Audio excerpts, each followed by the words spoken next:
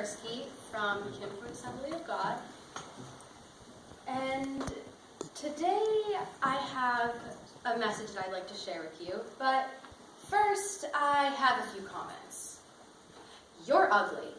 No one loves you. You're not worth anything. You're never going to amount to anything. Your situation is just going to get worse. You might as well just die. I mean, it's not like anybody will care. No. Those are all lies that the devil tells people every single day. These lies are to keep you down, depressed, and defeated. In John 8:44, it says that Satan is the father of lies.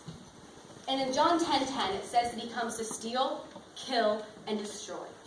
He wants to steal your joy, kill your dreams, and destroy your future. In the past few years, my school district alone has had 2 suicides and several attempts. 4 years ago, a 15-year-old girl, one of my good friends, took her own life. She was beautiful, she was smart, she was popular. She had everything going for her, but she couldn't see that. And just a few weeks ago, I went to the funeral of our 19-year-old neighbor and member of our church's youth group. Same thing happened to him.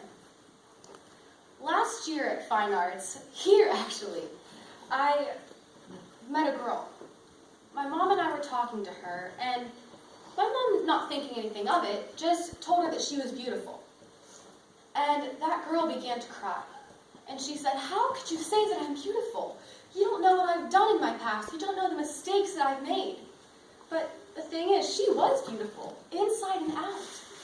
But she couldn't know that.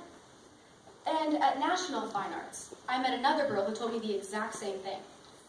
Now, the worst part about all of this is that 3 out of 4 of those people I mentioned were saved.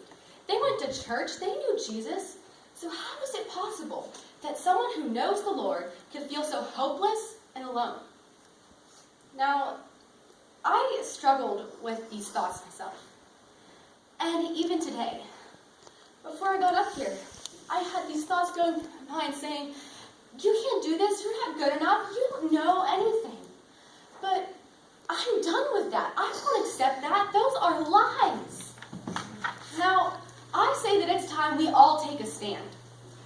Satan thinks he can take our friends, our family, and our peers. I am sick of it. He lost his hold on us 2,000 years ago at the cross.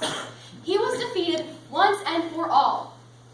And once you accepted Jesus Christ as your Lord and Savior, the one who defeated him lives in you. That means that he has no place in our lives. He has no right to be telling you those things.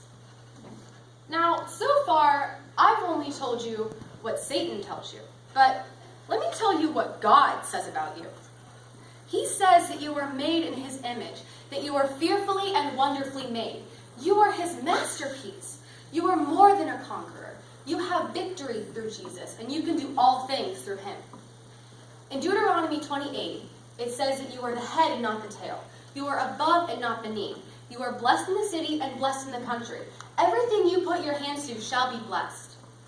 Jeremiah 29:11 says, "For I know the plans I have for you, declares the Lord. Plans to prosper you and not to harm you. Plans to give you hope in a future." So, I say that enough is enough with this. The next time these thoughts come to your head, remind Satan of his defeat. And when they come to your friends, remind them of what God says about them. Now, personally, I know that after all of this destruction that I've seen, I will be praying and seeking God to find out what I can do to make a difference. And I challenge every one of you to do the same thing. Every day, pray and ask God to reveal one person to you that you can encourage and uplift. Because what Satan meant for harm can be used for God's glory. And he can use all of us to make a difference in our generation.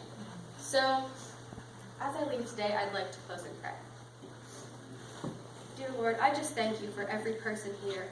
And I pray that if there is someone here who feels like that, who hears these things, that you would just remind them of how you see them and how special they are to you. And I just pray that you would help every person in here to make a difference so that all of this destruction that we've seen can be the last. I thank you for it. In Jesus' name, amen.